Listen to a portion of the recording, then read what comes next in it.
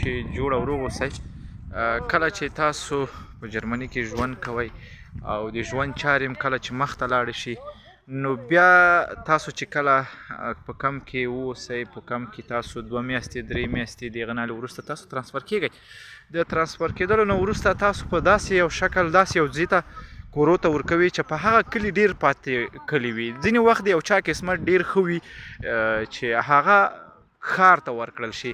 نو دې له جملې څخه یو زه یم، محمد بشیر پښتون، چې په جرمني هیواد کې بایرن کې ژوند کوم. د دې ترڅنګ زه هم یو دغه رقم شین سبزه ځای ته ورکړی یم چې دا یو تر ټولو ښایسته ځای ده. خو یو مشکل دغه ده چې دلته ګڼه ګوڼه نشته، ډېر نور رسېدلی ځای ده. د ولیبال له لیګانه او د میدانو له لیګانه او د دې ترڅنګ د اسانتیا له لیګانه لږ ښه ده. خو د خلکو د کمښت او د ښه ملګرتیا له امله له خیره یو څه هم نشته پکې. تاسو دلته ګورئ چې زه هم دې ښار ته راغلی یم چې ما 2 نیمې میاشتې خپله کمپ کې تېرې کړې. د 2 نیمې میاشتو نه وروسته زه ترانسفر شوم ملټزین ته، ملټزین ښار ته، چې نن تاسو ګورئ چې دلته ټوله ورځ بس خوبونه دي، بل څه شته نه. او د دې ترڅنګ سهار چې راجګ سم لمونځ وکړم، د لمانځه نه وروسته بیا یو څه وخت 1-2 ساعته درس ویم او د هغه نه وروسته له خیره د میداني ته راکوشم د ملګرو انډیوالانو سره چې دلته بیا زه فوټبال کوم. دا هغه افغانان ورونه دي چې زما سره په دې کمپ کې یا په دې هایم کې را سره ژوند کوي. او بس دوستانو شپې ورځې دي تېرېږي. او که تاسو هم داسې ځایونو ته ورکړي چې تاسو هیڅ یو ملګری ونه لرئ افغانی، له تاسو سره تورپوستي اوکرایني خلک واوسي، یوازې واوسئ، نو زړونه تنګ مه کوئ.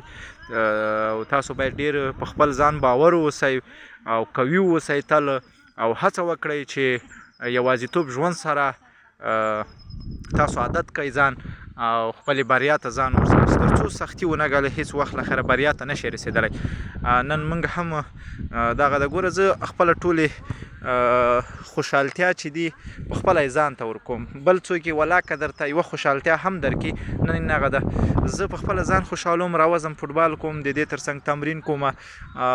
په دې کلي کې موږ دغه 5-6 نفرې ګورئ، نور هیڅ څوک هم نشته په دې کلي کې. او موږ تر اوسه پورې د کار اجازت نه لرو، ځکه اسنادونه یې نه دي راکړل شوي. او هغه خلک ډېر خوشبخته دي چې هغه یې په ښارونو کې ورکړي دي. کولی شي چې کار هم هغلته له ځانو سره هغلته نږدې وکړي، د نیولو امکانات یې ډېر کم وي. او د دې ترڅنګ موږ طرف ته بیا دا شیان نشته.